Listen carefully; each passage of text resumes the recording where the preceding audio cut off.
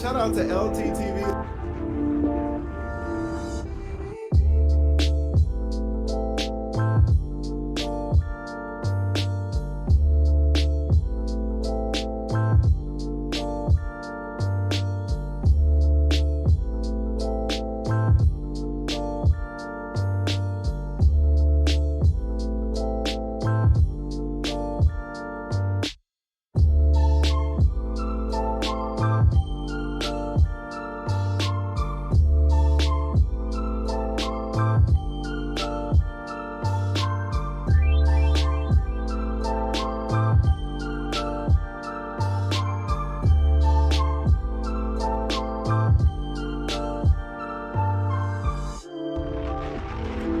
Shout out to LTTV.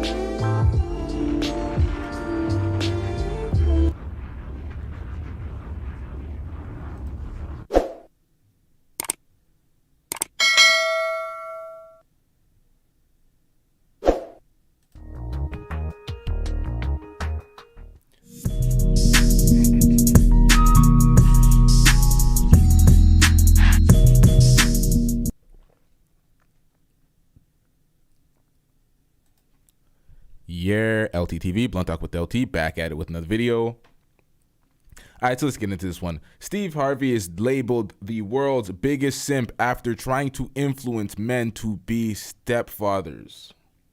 Come in and take care of other people's children's chest out. That's what he's doing right now. That's what he's getting cooked for. Everybody's, the whole red pill manosphere space is going in on Steve Harvey because Steve Harvey's been leading people astray for years. The whole book that he had with women, think like a man, act like a woman, which is pretty much impossible. Think like a man, you're going to act like a man, and you're going to be promiscuous and belong to these streets. But women are speaking up for Steve Harvey. They are posting videos such as this. We're about to get into the main reaction, but let's get into this first. At times when he's going in on our boys, I'll chime in because I feel like he's being a little too rough on them. Well, you don't have to agree with everything he does, but why don't you just stay out the way? Why did you marry your husband? Because I love him. Is he the man you hope your sons will grow up to be? Yes. So why would you stop him from raising them into that? I'm not stopping him. I just feel at times he's a bit harsh with the punishments. He is hard on them because they boys. Undisciplined boys grow up to be undisciplined men. Yes. Undisciplined men end up in the hospital or in a prison, or they end up in a grave. That's what happens to undisciplined men. I've raised my sons entirely different than I raised them girls, because I had to. And they mothers know, let me have these boys. I ain't over here trying to turn the girls into women, because I don't know how. But I know about these boys, and I know what it takes to be a man, so I got them.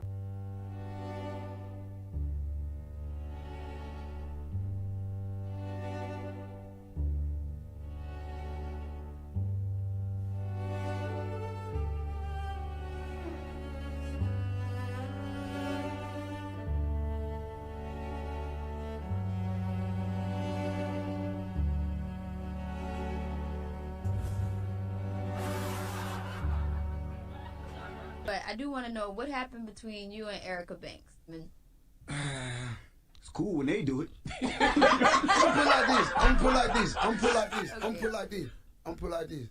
It was something I wanted to do, and you know what I'm saying. The age thing. That's the thing I didn't understand. Like, She older than you? Nah, she younger than me. Okay. You know what I'm saying? You know, I'm a man. Mm-hmm. So when I wake up in the morning and me and my woman get up, when I get up, my woman get up, because it's time to cook, it's time to have some sex, it's time to clean up. And when you get up and you get in your phone, I don't like that. Mm-hmm. Don't get straight in your phone when you're around a man. Mm-hmm.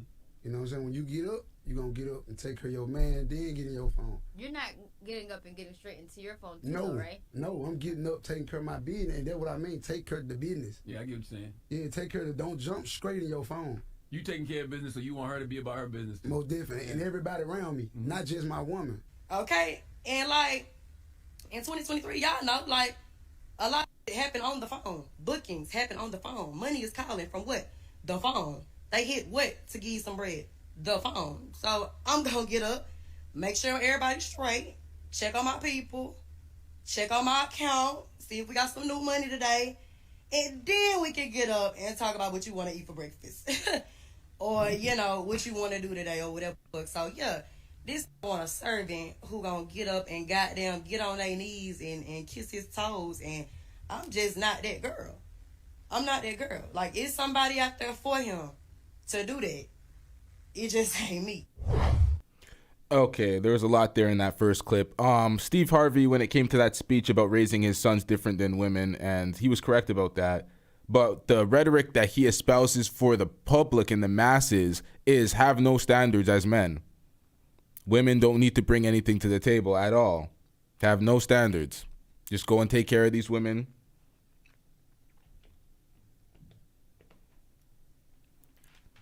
Hold on, y'all. Was 0 down, no credit. Yeah.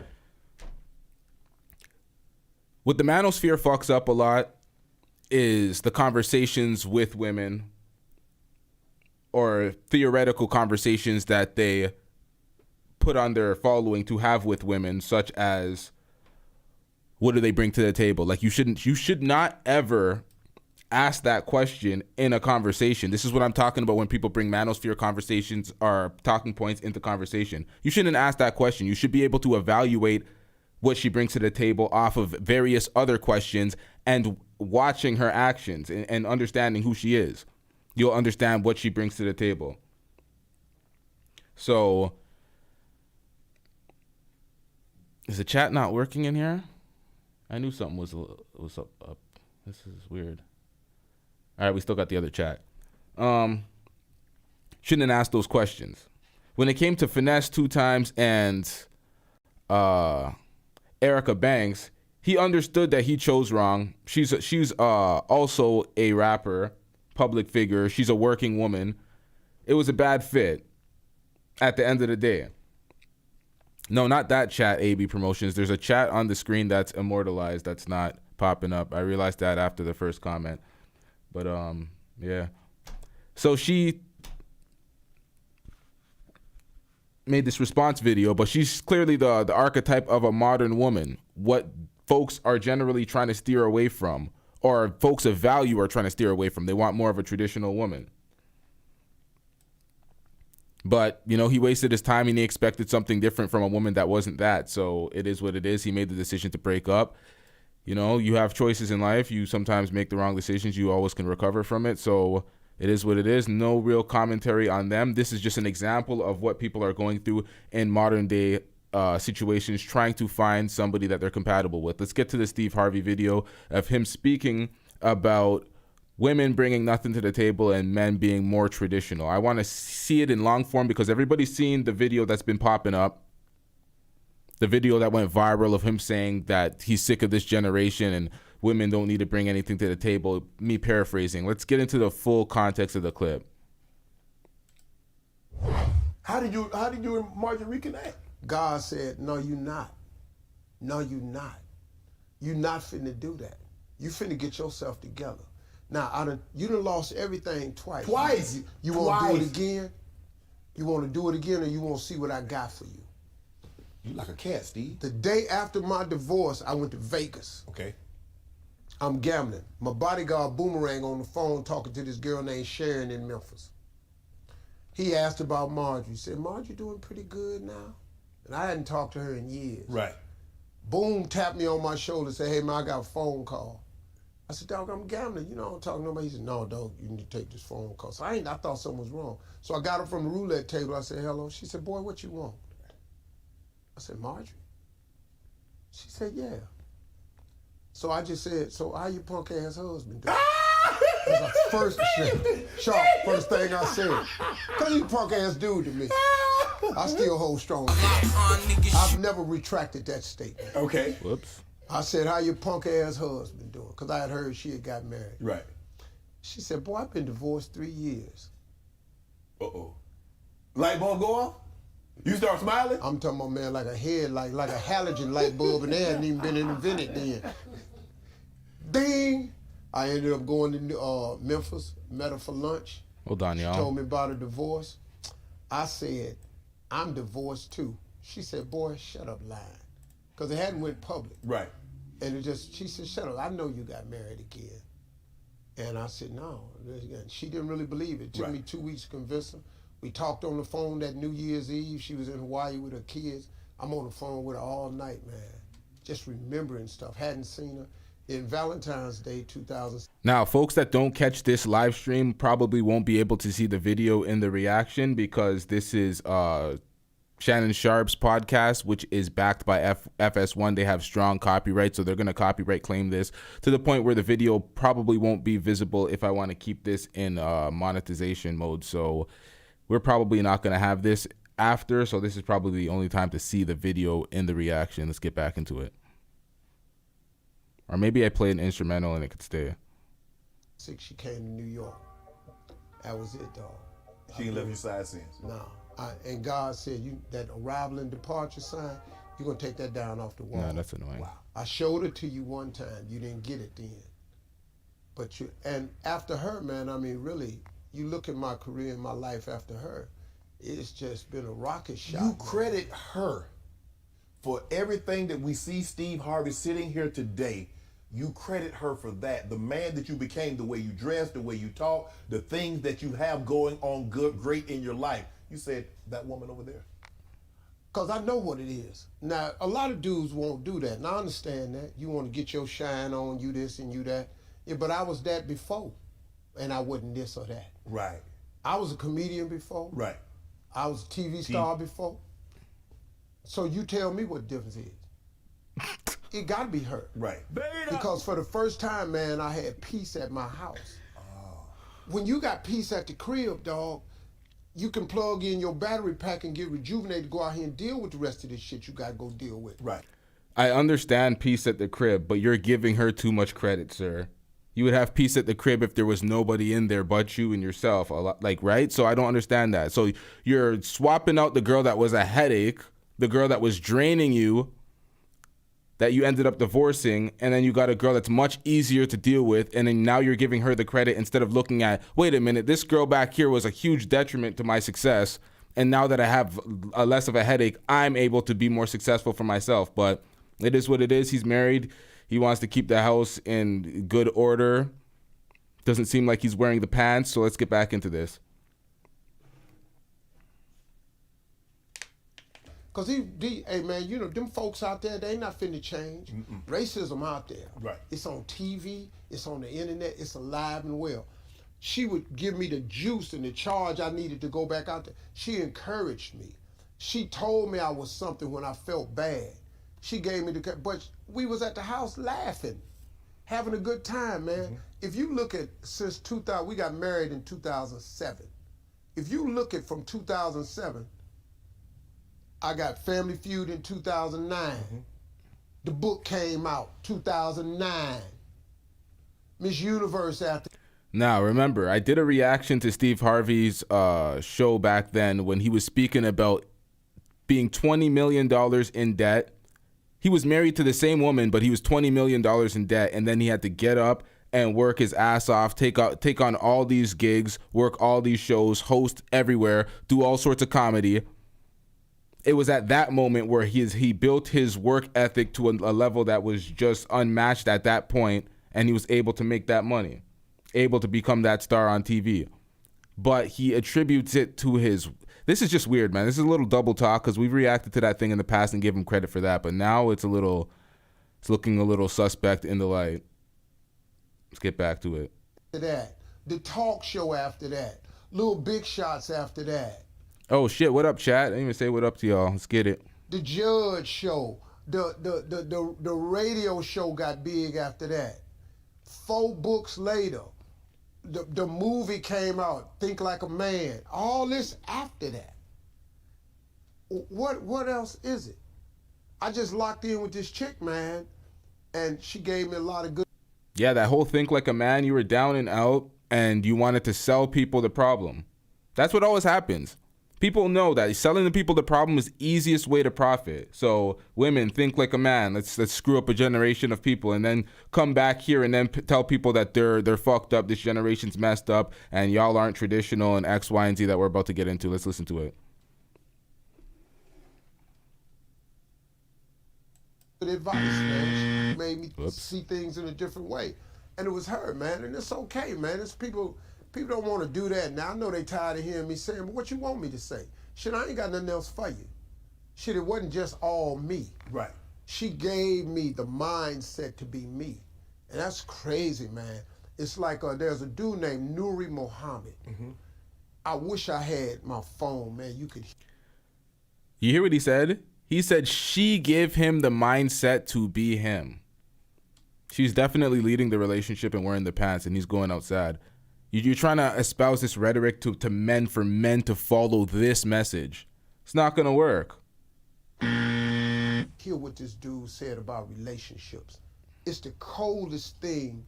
He said, other than your relationship with God, who you choose to spend the rest of your life with is the single most important decision you will ever make. Now that is true. Because your other half will either... That and who you have kids with is pretty much the most significant choice you have to make, or the most important choice you got to make in your life. So you got to choose wisely out here. Will either your other half will be your better half or make you half of what you could be. And he's telling men with those same points that she needs to bring nothing to the table and you should not ask about it and you should take care of her and her kids that she had before you. Let's get into it. Let's get into it. She will either inspire you to greatness or reduce you to mediocrity.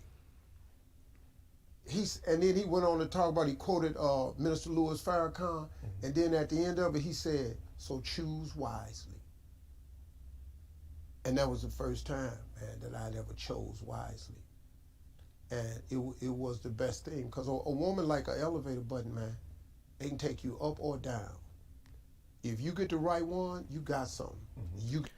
What you notice more than you would notice very commonly when it comes to people speaking about relationship and espousing rhetoric. A lot of the times it comes from their direct relationship results, and you see it time and time again. I can't remember who we were recently reacting to. Jesus Christ. Where they broke up with somebody and then they were coming on air and speaking about what not to have in a relationship, and it was primarily based on their last relationship. He's saying that someone could be an anchor, hold you down, or someone could propel you up and lift you and be all this positive stuff for you in your life. It's based off of his ex-wife that he just left before he got with Marjorie, and Marjorie. It's heaven and earth to him. It's polar opposites, and he's saying, like, man, you're making these generalizations off of two relationships. Get the wrong one, but it's like a man to a woman. If you get the right man, you can go somewhere. Right. You get the wrong man, you off. Like I heard you say one time. It is generally true that somebody can slow you down and somebody can be a helpmate to you in the right way where you can be much better. That is true, but don't use your last relationships as the only reference point. Wait, he had 2 divorces? I thought it was just one prior. I'm laughing so hard. You said you paid for a divorce. Yeah.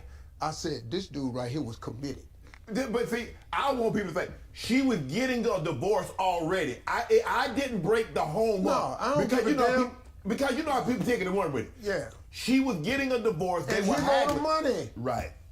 Right. What's wrong with that? Right.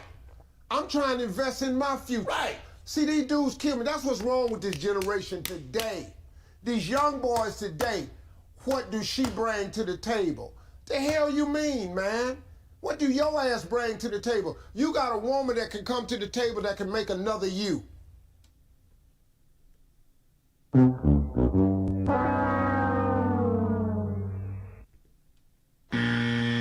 I'm sorry, what, sir? She bring to the table. The hell you mean, man? What do your ass bring to the table? You got a woman that can come to the table that can make another you. What? All right, I said it early in the show. You shouldn't actually ask, what do you bring to the table? It's cringe. You got to figure it out. You can't be so socially inept that you have to ask, what do you bring to the table, especially to a girl on the first date. That's cringe. But you have to evaluate what she brings to the table, and she needs to bring something to the table. This motherfucker said that she can make another you. You mean she can have a son with the assistance of another man? And that's not another you, that's a son. How is she making another you? What? This is pandering at its finest. This is what it is, it's pandering. Make another dollar for pandering. Hey, what do she bring to the table? The hell you mean, man? What do your ass bring to the table? You got a woman that can come to the table that can make another you. What else she need to slide up to the table with? What about your job? What happened to men who were supposed to be responsible? Do you know that it's our job to take care of a woman and some children? What? Get him out of here! He's got no place in here! Get rid of him! Okay. It is not our job to take care of a woman and her children. Maybe our woman and our children together, but her, because you're taking care of children that are not yours. Y'all did the blended family shit. You cannot influence a generation of men that this is the wave. It may work for you. What about your job? What happened to men who were supposed to be responsible? Do you know that it's our job to take care of a woman and some children, to have a family? That's our damn job. But what happens to when the woman tell you, I don't need a man, Steve? Well, they need to what? Okay, if you don't, how that's working? You know how that's working. Who don't need no man? I'm independent. I can do for myself. Yeah, but why do you want to? Yeah, okay, you can drop a transmission. You can sandblast your... More simp shit. More simp shit. Don't try to talk these girls out of it. If they don't need you, you don't need you. Move on to the next one that does. You're not supposed to talk these girls. Oh, you do need me, X, Y, and Z. This house. But hell, do you want to? No. If somebody could get out there and drop this transmission for you and sandblast your house, why don't you go get your nails done? I'm not trying to reduce a woman to nothing else. Be all you can be. But damn, who don't need a man? That's a lie. What man don't need a woman? I tell you what. Try to live without them. Try to live your life without women. This ain't about la-da-da, man. This is some bullshit without women. If it wasn't for women, what would you? Aristotle Onassis said it best. He said, if women did not exist, all the money in the world would have no meaning. Dog, women is everything. Yeah, nobody's arguing that we would not want to live without women, but why do we have to accept one that doesn't bring anything to the table and her kids? It cats me out. They the lick, man. But these young boys done forgot it because these women out here, they've had to be independent because they ain't got the right man. Okay. But this system of marriage is still good. Okay. This system of a man taking care of a woman, that's really how it's supposed to be. All the rest of it's bullshit, man. And y'all need to quit tricking yourself with this new way of thinking. Because this new way of thinking ain't getting y'all no damn where. I'm sorry. I got in trouble on one time. This group came after me because I said Marjorie belonged to me. And they said she's not a possession. She's a person. She's a human. She is. She mine. What is you talking about? She belonged to me, but I got news for you. I'm hers. I belong to her. See, if you don't like that system, carry your punk ass on. Go do something else. Nah, I have nothing wrong with this. This is where he's actually spitting. I have nothing wrong with that. You guys are together. You guys are each. I have nothing wrong with that. It's just the trannyisms trying to finesse that shit. Trying to push, man. Let's get back into this. And let me know how they work out for you. I want to belong to somebody. Right. I want somebody to belong to me. I take care of my wife and my family. Did you ever feel like you belong to somebody? In your previous relationship, did you feel like they belong to you or you belong to them? Yeah, I did. My first marriage, yeah. I felt that way. I just didn't have the equipment. I just wasn't the man I needed to be. Did the best I could. I just came up short. You know, I've apologized to her because it really was my fault. I got married too young. Right. You know. How's your relationship with her now? I mean, we cool. We cordial. Right. You know, we cordial. Okay. You know, she gave me 3 beautiful kids. I got twins. My oldest son sitting over there. Right. You know what I'm saying? So, how you got 3 kids? Marjorie had kids. How was the blended family? How did that work, Steve? Oh, that shit hard. that shit. I thought you were gonna get me cool by y'all. Like, oh, no, that shit hard, dog. They wasn't in agreement. They went bowling one night in Memphis when me and Marjorie first got together. We brought all the kids together, all 7 of them. And all the girls went bowling and came back and decided they didn't want us to get married and said they don't think it's the right thing to do. And they need more time to get to know us. And I'm sitting up here looking at some people that ain't got shit. I'm sitting up here going, y'all ain't got a relationship, a good-ass job, a career. I'm paying for colleges and shit. I don't know how I'm listening to y'all making some damn decisions. Y'all ain't got one boyfriend that done worked thus far. That's facts. You ain't gonna tell him nothing. That's when the kids is tripping. At least he ain't such a bitch where he's letting them run his shit. Cause he should have been sitting there like, we don't care. Let me tell you, we don't care. the fuck? We don't need your consent to get married. The fuck? I don't know how the hell you finna tell me how to live. My sons was over there cool with it. Roger, Jason, and Wynn, they sitting over there, they cool with everything. Right. The 4 girls, total, just mayhem. So the girls that he spoils that are not his daughters are the ones that didn't want him at first. Interesting. Totally against it. Ain't none of them got nobody. So why am I listening to them? How did you win them over? I didn't.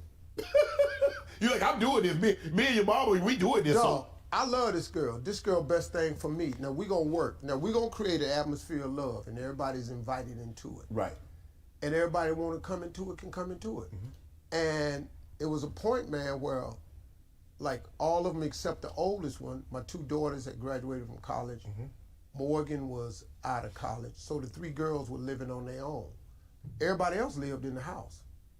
The 3 boys and the daughter. And Lori grew up with 4 damn Oh, he's talking about his biological daughters. All right. brothers. Wait, how much kids does this nigga have? He said 4 girls. So she was, and we could protect Lori at the house with them brothers. Right. Shit done got out of hand now. We can't watch it now. Yeah, you can't watch it. Because I'd have been there sawed off a bunch of these little. But like at the house, we had full control of what was going on. Right. And it was hard, man, because they were trying to evolve and get to know each other. And, some of the relationships is really good. Some of them is just, they cordial, but that's just the way it is, And I'd love to tell you it was a kumbaya moment. We had some great family vacations. We've had some great times recently. We had great holidays. But, I think for the closest, the boys are the closest, Right. And then Winton and Lori is the closest of them all. Mm-hmm. Winton and Lori, they mud together. Right. They mixed, but And then the boys, they good, The sons, they all good. You have you mentioned you have 13 villas, you have all these lavish places. Where does Steve Harvey go to relax? To just be Margie's husband? 1,600 acres, an hour, 30 minutes south of Atlanta. I bought we bought the Chick-fil-A ranch, 1,600 acres. Is that where you be fishing at? I got 9 lakes down there, Sharp. You gotta come down there. I come down and beat you. 9 lakes? Hold on, Steve. You can come down there and fish. No, I'm gonna meet you fishing, Steve. I know that. Everybody says I'm from the Steve. I grew up in rural South Georgia. Yeah. How old you say you was? I'll be double nickel in June. Yeah. I'm 2 6s. Steve. I got 11 years on your ass. Steve. I caught a fish so big the picture weighs 6 pounds. I'm telling you, Steve, I fish. That's some Shannon Sharp mess right there. I caught a fish so big the picture weighs 6 pounds. Boy, But I got some hogs down there. Let me tell you something. I got a lake for you that I don't let nobody fish. What you got? What you got there? Trout, crappie, catfish? Trout is in there right now to feeding, but they're gonna die off soon as it's 70 degrees. They're gonna be dead. I used to use them for winter fishing. Right. But man, I had a guy come through and turn my lakes out for me.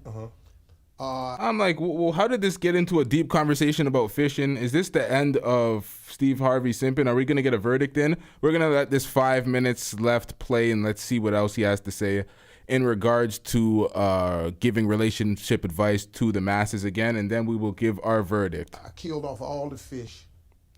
I bought in nothing but big female bass out of Florida. Ooh. Nothing but females. Big mouth. So they ain't sitting on the beds nesting and all that. They steady hunting. Yeah. I put 400 pounds of bluegill in there, and they just walking around just eating their ass. That's what I want to fish in. Cause see, if I catch them when they're bedding, see, I throw out their bed, they're gonna try to get that lure out the bed. Yeah. See, but it's a dog fight now. Cause I got one lake in the back. I don't let nobody fish in. Why? What's in there? Hogs. All hogs. I loaded back then 5-pounders in there. So they probably like 7, 8. No, sir. I got hogs. Oh, you got some double digit? You got some? Yeah, dog. I got a 12-pounder. I'll show you a picture. You catch and release though, right? Yeah, all the time. I got chips in my. Yo, what is going? I monitor. My fish is monitored. Okay. That's why don't nobody come back there. I catch you with a string of fish. I will shoot your ass. Dog, you gonna get. I'll shoot your ass. If I catch you frying is there any fish that you eat out of there? Yeah, I will. I got one pond where you can fish and eat. Okay. You know, any trout you catch, you can eat. Right. But they're gonna be gone in a minute, because once that water hits 70, they're gonna die. Right. But them bass, my hybrid bass, for my kids' camp, they come down there. Yeah. We can cook them. Okay. But I don't really got much of that going on. Right. You know, I very rarely do that. You know. Man. You got to come down there. I'm gonna come down there. So that's where you go. You got this big mansion on the Chattahoochee. Mm-hmm.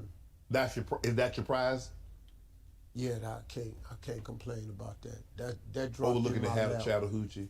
That dropped in my. Man, my girl did that. My girl bought that house when COVID first struck. Right. And I told her, baby, we can't buy no house like that. What are you talking about? They just sent me home. Family Feud shut down in March. Right. We take from March to the summer. Our income. Yeah. I said, baby, we can't do nothing like this right now. You know what Marjorie told me? What? She said, Steve, you don't know how much money you got. You make it, I'll watch it. She said, I can put this whole deal together. I said, baby, it ain't the right time. She said, if I do it, will you sign the papers? I said, baby, I'm telling you, because I don't keep it. Right. Jesus Christ. That's how much I trusted her. But you know, she don't do nothing without telling me. Anyway. Right. So I know what's there, but I don't really. She did the whole deal herself, man. She found the house and everything. Because Tyler built this house, man. Yeah. Let me tell you what this dude did. When he first built it, he invited me over. I was walking up the front steps. I told God, I said, God, I got to have.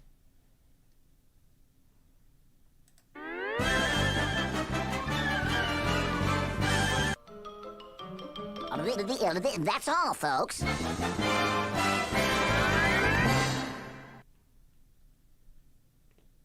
Stop the cap.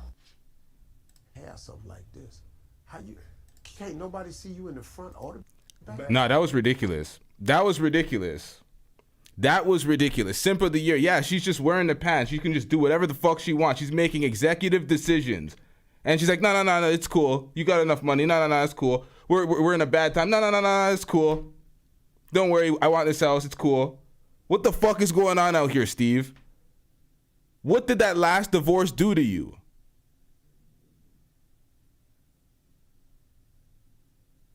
Emotional damage. This is insanity. And you're trying to make other people follow this bullshit? I said, man, And then Tyler put it on sale for way more money. And it sold to this dude that sold his arming company. And I went out to Beverly Hills and got a house. And then when that was over with, I was going back to live in my house, my other house. I got a nice house, man. The kids grew up in and everything. I was moving back, and on my mama's birthday, I was very depressed that morning, March 27th. I was crushed, man. We was out of work, going home. And she said, I put an offer in on the house. She told me how much she put an offer in. The real estate agent said, he will never, ever sign for that much. He'll never take that amount. It's impossible. Miss Harvey, you're wasting your time. She wrote him a long letter, too. She said, this is not a negotiation. I am offering you this. My husband loves the house. He's been there. We'll buy it sight unseen. If you don't want this amount, it's okay. I'm not trying to insult you. On my mama's birthday, he called and said, I take the offer. That's how I got the house. Wow. That girl, and the house she really wanted was around the corner. It was on 17 acres too. And I was gonna save my money and get her that house. She said, no, Steve, you go to work every day. I don't turn no corners. She said, well, I'm gonna get the one you want. I said, babe, but you like the other one better. She said, we're gonna get the house you want. And she did. I'm gonna get you out of here on this. Being from Cleveland. All right, so that is it. We have another show tonight, so make sure that y'all hit the like button. I'm seeing a lot of y'all have not hit the like button yet. But we have a show tonight, so make sure that you hit the like button, hit the notification bell to be up on all the shows. Make sure that you hit the all after you hit the notification bell. And we have our verdict. We have our verdict for Steve Harvey. Steve Harvey is sentenced to not give any relationship advice for the next 2 years. All right, we got that verdict. You're going to seal your beak for the next 2 years. We got Jason Black in with the verdict. Let's hear it. What is the verdict at this time? We're putting you on probation. We're putting you on probation.